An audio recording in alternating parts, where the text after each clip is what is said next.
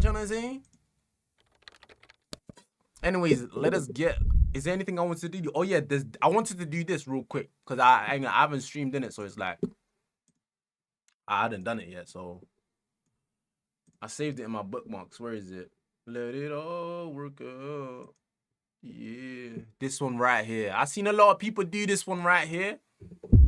I've seen people do this one right here. They were getting 2s and 3s and stuff like that. Let's talk about your face. You know Specifically, we'll be looking at machine learning algorithms that try to judge your face. By giving access to your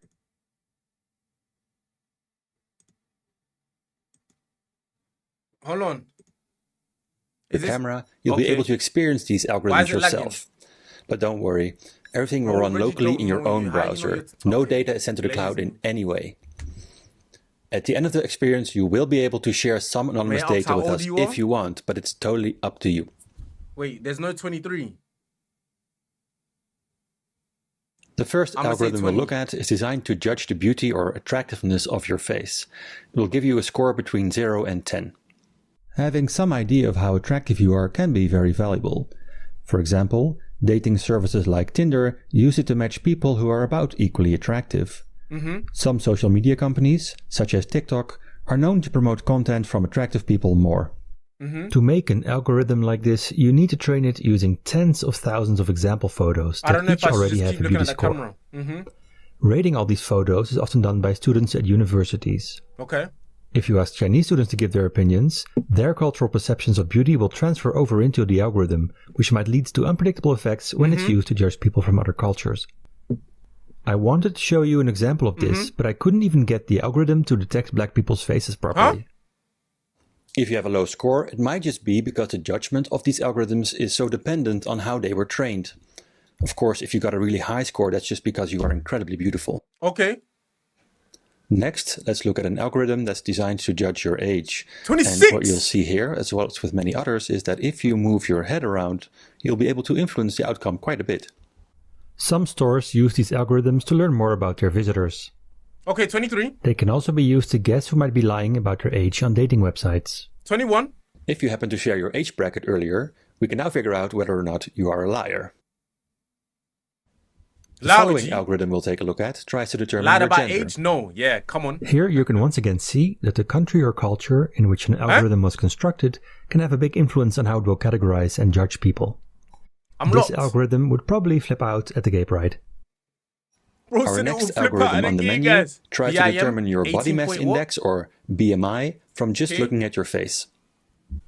To make an algorithm like this, you'll once again need thousands of photos of people that are tagged with their body mass index. In practice, I found that the required data is often simply scraped from the internet. For example, some researchers who work at Google took these pictures from online communities where people share their weight loss progress. A lot of these algorithms work by first measuring 7 proportions in your face. One of these is calculated by measuring the area above your eyes, which is why you can get a lower score by raising your eyebrows. By connecting to this website, you also shared your IP address, and that was used to guess where you are. 81. Now that we have your gender, your age, your country of origin, and the BMI prediction, we can combine these and try to create a life expectancy prediction. These types of predictions are essentially created by stacking educated guesses on top of each other, which makes the result even more imprecise.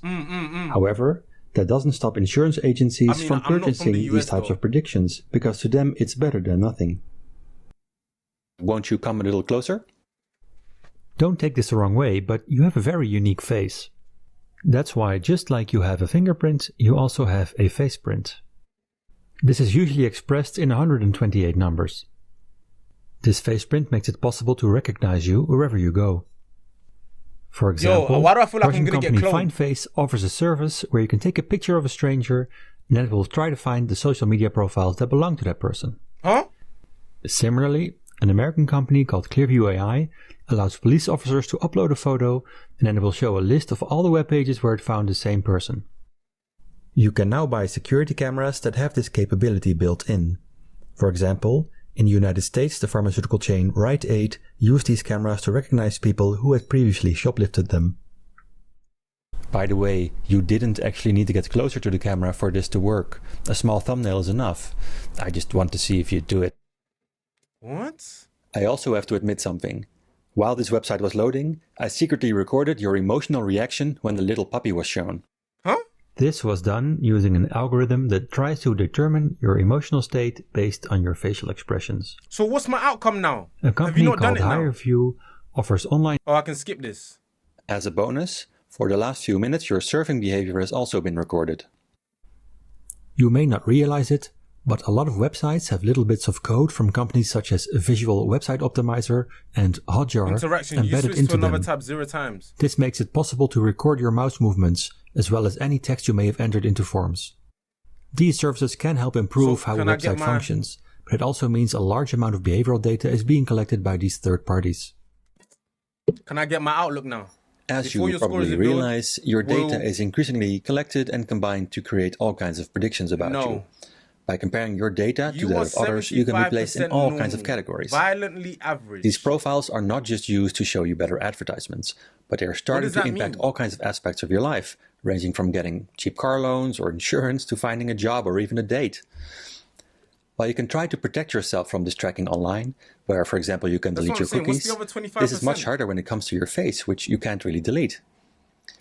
That's why this type of biometric tracking is much more inescapable and can feel much more constricting.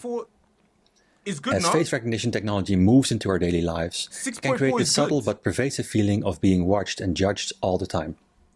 We might feel more pressure to behave normally, which for an algorithm means being more average. That's why we have to protect our human right to privacy, which is essentially our right to be different. You could say that privacy is our right to be imperfect. He's just chatting now. So we have to be very careful when implementing this technology. As with all new innovations, it comes with great stories of how it can improve our lives in the short term.